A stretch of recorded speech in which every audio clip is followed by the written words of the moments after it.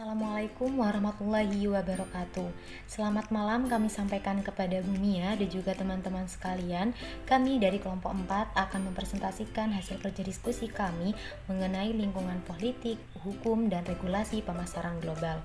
Sebelum kami membahas mengenai topik tersebut, perkenalkan anggota kelompok kami terlebih dahulu. Perkenalkan, nama saya Hurin Iin dan ada rekan saya bernama Aris Tri Wicaksono. Adapun topik pembahasan kami pada malam hari ini itu ada 6 poin. Poin yang pertama, elemen dasar pemasaran global. Poin yang kedua, yakni lingkungan politik. Poin yang ketiga, mengenai hukum internasional. Poin yang keempat, mengenai menghindari masalah hukum, yakni isu bisnis yang penting. Poin yang kelima, yakni pemecahan konflik, penyelesaian perselisihan, dan proses pengadilan. Poin yang keenam, yakni lingkungan pengaturan.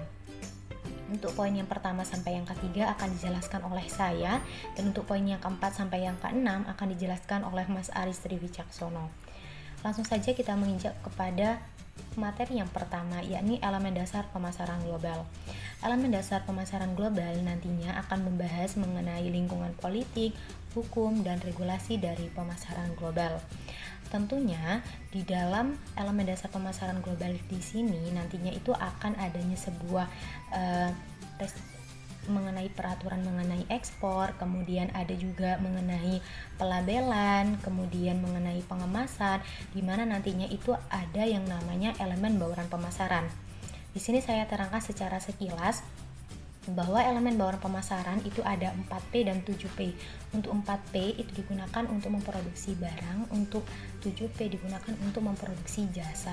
Di mana langsung saja elemen bauran pemasaran di sini yang pertama ada produk atau barang.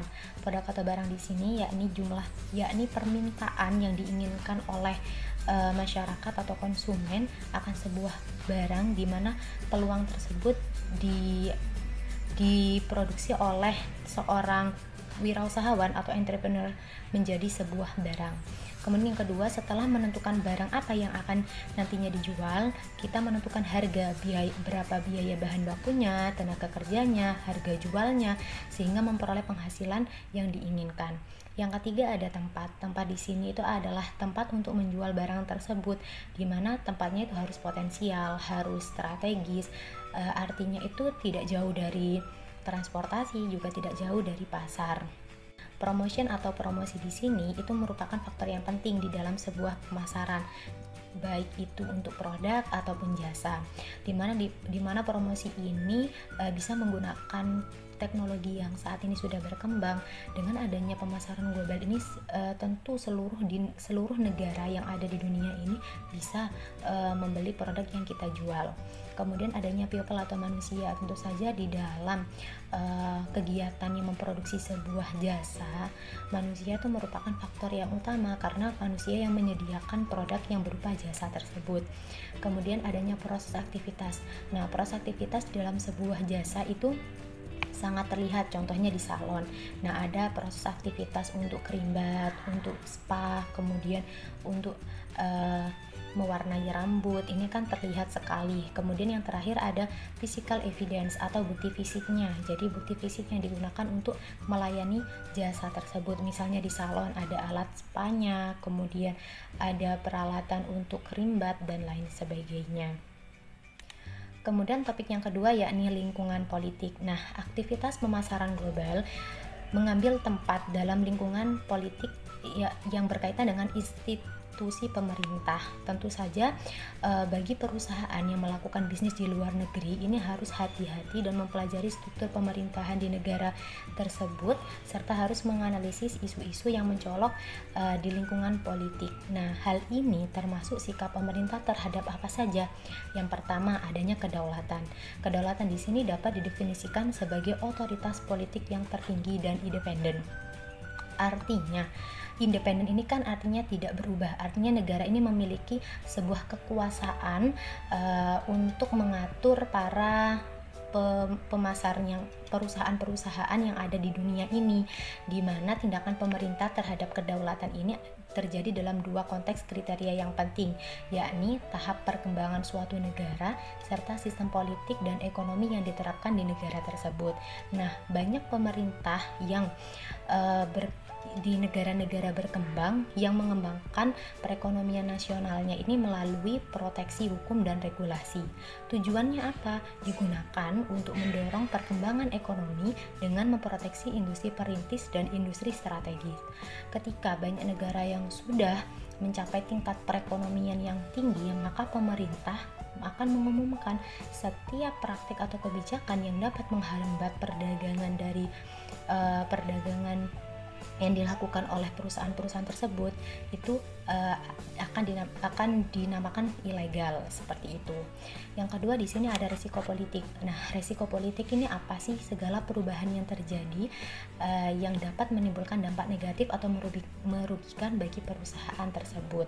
Nah, masalah politik contohnya seperti apa? Seperti adanya gencatan senjata, terorisme, peperangan, dan lain sebagainya. Di mana risiko politik ini harus dihindari oleh perusahaan dikarenakan dapat memberikan dampak yang negatif. Seperti apa? Risiko transfer, risiko kepemilikan, dan juga adanya risiko operasional.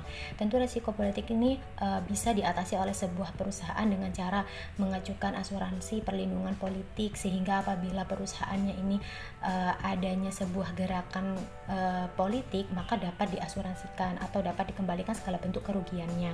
Kemudian melakukan negosiasi dengan pemerintah setempat di mana perusahaan tersebut berdiri sehingga tetap menjalankan operasionalnya. Serta yang kedua itu, yang terakhir ini, yakni melihat kondisi politik dengan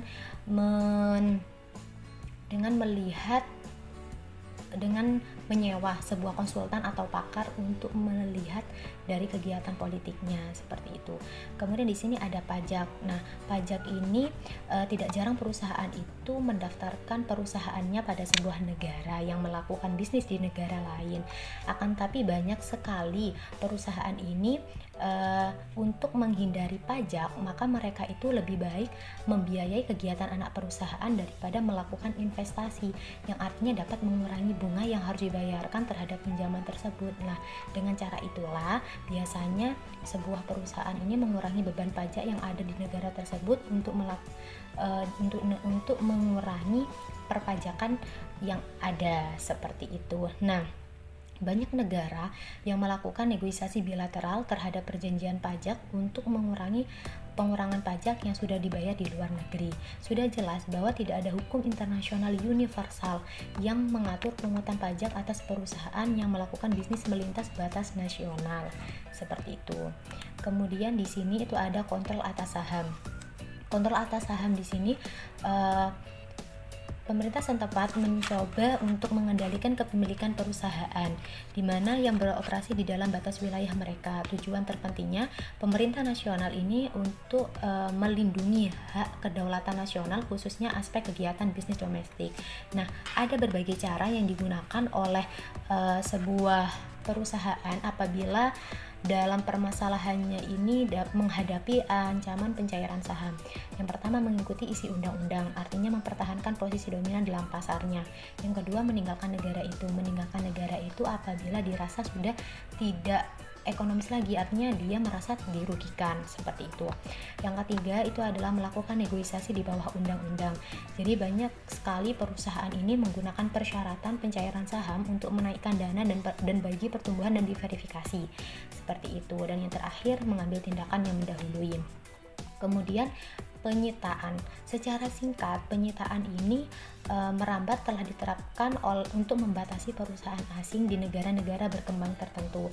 Nah, penyitaan di sini artinya tindakan pemerintah untuk menghapuskan sebuah perusahaan. Tidak hanya menghapuskan sebuah perusahaan, tapi pemerintah ini melakukan pembatasan seperti pengiriman laba, dividen, royalti, atau honorarium atas bantuan teknik dari investasi lokal atau pengaturan teknologi. Kita membahas mengenai hukum internasional. Nah, ada dua kategori hukum internasional, yakni hukum publik atau hukum internasional dan hukum perdagangan internasional. Hukum publik atau hukum internasional di sini itu adalah sebuah hukum atau seluruh kaidah yang berkaitan dengan sebuah kegiatan yang melintasi negara perbatasan. Sedangkan kalau hukum perdagangan internasional itu adalah hukum yang mengatur mengenai perdagangan yang melewati batas wilayah negara yang berkaitan dengan perdagangan jasa, dagang, atau hak intelektual. Nah, di sana ada hukum perdata internasional atau private international law dan juga ada hukum adat. Kalau hukum perdata ini adalah hukum yang terjadi bila adanya transaksi perdagangan antar perusahaan dari negara-negara yang berbeda. Nah, akan tapi kalau hukum adat ini biasanya terbentuk dari tradisi, kemudian dari sesuatu yang biasanya itu menjadi teladan atau sesuatu yang biasanya dilaksanakan yang menjadi adat dari suatu negara tersebut. Nah, di negara yang menganut hukum perdata, maka perusahaan ini didirikan agar bisa beroperasi berdasarkan kontrak antara dua atau pihak yang sepenuhnya bertanggung jawab atas tindakan-tindakan yang diambil oleh perusahaan tersebut. Nah, kalau hukum adat, maka mereka ini akan mendapatkan jaminan dari otoritas publik. Seperti itu. Jadi kalau hukum internasional ini yakni mengatur seluruh kaidah yang berkaitan dengan hal yang melewati batas negara, seperti itu. Nah, di sini untuk topik yang keempat akan dijelaskan oleh Mas Aris. Kepada Mas Aris saya persilahkan. Selanjutnya saya akan menerangkan subbagian menghindari masalah hukum serta isu-isu penting di dalam bisnis. Lingkungan global sangat dinamis dan kompleks. Cara terbaik dalam mengatasi permasalahan hukum adalah dengan meminta bantuan kepada ahlinya, yaitu dengan para pakar hukum. Tetapi sebagai pemasaran yang cerdik dan proaktif, dapat melakukan banyak cara untuk menghindari masalah konflik atau masalah hukum yang timbul atas adanya konflik dalam menjalankan bisnis di antara negara asal dan negara tujuan pemasaran global. Terdapat beberapa isu penting yang menyangkut hukum, diantaranya adalah pendirian, yurisdiksi, paten dan merek dagang, antitrust, lisensi, dan rahasia dagang, serta suap dan korupsi. Yang pertama saya akan jelaskan tentang pendirian. Di dalam isu ini, menitik beratkan pada jaminan akan diperlakukan secara adil di negara tujuan perusahaan melakukan usaha yang dapat dilakukan di perdagangan global. Yang kedua, yurisdiksi. Dalam isu yurisdiksi ini, karyawan perusahaan yang bekerja di luar negeri harus paham akan aturan peradilan yang berlaku di negara setempat. Sebab pada umumnya dalam proses peradilan negara setempat itu akan melakukan klarifikasi seperti lokasi, tempat, karyawan, properti, dan lain-lain dalam menjalankan bisnisnya. Yang ketiga adalah paten dan merek dagang. Paten dan merek dagang merupakan salah satu isu penting yang diperlukan dalam pemasaran global, dikarenakan paten dan merek dagang merupakan hak intelektual perusahaan yang tentunya harus dilindungi di negara tujuan atau negara kita tempat berdagang, perusahaan akan melakukan pedagang global, dikarenakan setiap negara memiliki hukum atau aturan tentang hak intelektual yang berbeda, sehingga apabila tidak dilindungi maka akan terjadi adanya kerugian perusahaan tersebut. Yang keempat adalah antitrust. Maksud dari antitrust ini adalah suatu peraturan atau undang-undang yang dibuat oleh Amerika tentang aturan mengenai pembatasan bisnis, untuk menghindari pembatasan bisnis dan untuk meningkatkan atau mendorong persaingan bebas yang aktif. Yang kelima adalah lisensi dan merek dagang lisensi dan rahasia dagang. Lisensi dan rahasia dagang suatu perusahaan merupakan kekayaan intelektual perusahaan yang dimiliki perusahaan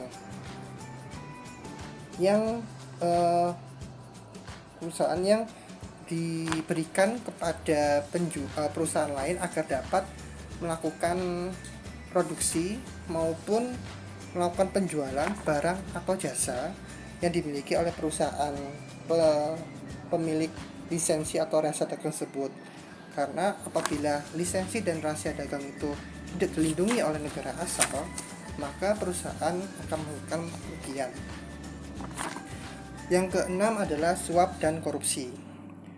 Di dalam isu suap dan korupsi ini merupakan isu yang paling penting bagi pemasaran global, dikarenakan dalam isu suap dan korupsi ini perusahaan dapat menjalankan bisnisnya dengan lancar di suatu negara apabila tidak adanya konflik politik ataupun hukum yang berkaitan dengan suap dan korupsi yang dapat mengganggu jalannya perusahaan. Kemudian memasuki poin tentang pemecahan konflik, penyelesaian perselisihan, serta proses pengadilan. Berbagai negara memiliki cara berbeda dalam menghadapi atau menyelesaikan permasalahan konflik. Konflik tidak mungkin dihindari dan akan muncul di bisnis manapun, khususnya apabila budaya yang berbeda bertemu, seperti membeli, menjual, mendirikan usaha patungan, bersaing, bekerjasama di pasar global. Dalam penyelesaian konflik dapat menggunakan dua cara, antara lain yang pertama adalah menggunakan cara melalui proses peradilan, yang kedua melalui proses di luar peradilan. Dalam proses peradilan ini biasanya perusahaan tidak memilih untuk melakukan cara ini, dikarenakan dalam proses peradilan membutuhkan biaya yang cukup mahal dan waktu yang cukup lama dalam menyelesaikan konflik atau masalah. Biasanya perusahaan itu lebih memilih tentang proses di luar peradilan, yaitu menggunakan arbitrase. Arbitrase ini maksudnya adalah penyelesaian konflik yang dipimpin atau ditengahi oleh suatu lembaga, dan di lembaga tersebut itu akan melakukan mendengar keluhan atau masalah antara kedua belah pihak dan akan memutuskan pemecahan masalah itu yang harus ditaati dan dipatuhi oleh kedua pihak yang berselisih. Kemudian selanjutnya adalah saya akan menerangkan tentang lingkungan pengaturan. Lingkungan pengaturan dalam pemasaran global biasanya dilakukan oleh lembaga atau agensi baik dari pemerintah maupun non-pemerintah yang menjalankan undang-undang atau menetapkan garis pedoman untuk memimpin bisnis. Lembaga pengatur ini biasanya bertujuan untuk mengatur permasalahan yang sangat luas seperti pengendalian harga, penetapan nilai ekspor atau impor, praktik perdagangan, pemberian label, pengaturan obat dan makanan, kondisi kerja, tawar-menawar kolektif, isi iklan, persaingan, dan lain-lain. Lembaga pengatur perekonomian secara global pada umumnya disingkat dengan ILOS atau International Economic Organization, yang memiliki keputusan yang sangat kuat dan mengikat kepada anggotanya yang dilakukan agar mendapatkan perlindungan kepentingan bisnis dan memajukan program-program baru para anggotanya. Beberapa contoh dari lembaga Organization International Economic Organization ini adalah yang pertama secara regional seperti Uni Eropa, ASEAN, yang salah satunya Indonesia itu adalah masuk dalam anggotanya adalah ASEAN itu. Yang kedua secara global kita bisa melihat WTO atau World Trade Organization yang merupakan bagian dari program Perserikatan Bangsa-Bangsa yang mengatur perdagangan internasional secara di dunia. Selain itu, di lingkungan pengaturan ini biasanya juga melakukan ada isu-isu etika seperti penggunaan tenaga anak di bawah umur maupun penggunaan tenaga kerja yang tidak baik, karena kan kegiatan tersebut itu dapat memberikan citra atau kesan negatif kepada perusahaan tersebut. presentasi yang dapat kami sampaikan. Apabila ada teman-teman yang ingin bertanya, kami persilahkan. Adapun kesimpulan presentasi kami pada malam hari ini yakni bahwa pemasaran global ini harus diteliti lagi, harus dianalisis lagi berbagai lingkungan politik, hukum, dan juga regulasi dari pemasaran global itu sendiri agar memudahkan para pengusaha atau perusahaan yang melakukan bisnis di luar negara. Sebagaimana dikatakan oleh Joseph Schumpeter bahwa seluruh proses perubahan ekonomi akhirnya tergantung pada pribadi perilakunya, yakni seorang entrepreneur. Kami juga mengapresiasi kepada teman-teman sekalian yang telah menyimak presentasi kami. Sekian presentasi yang dapat kami sampaikan. Apabila ada kekurangan kata, kami mohon maaf yang sebesar-besarnya. Wassalamualaikum warahmatullahi wabarakatuh.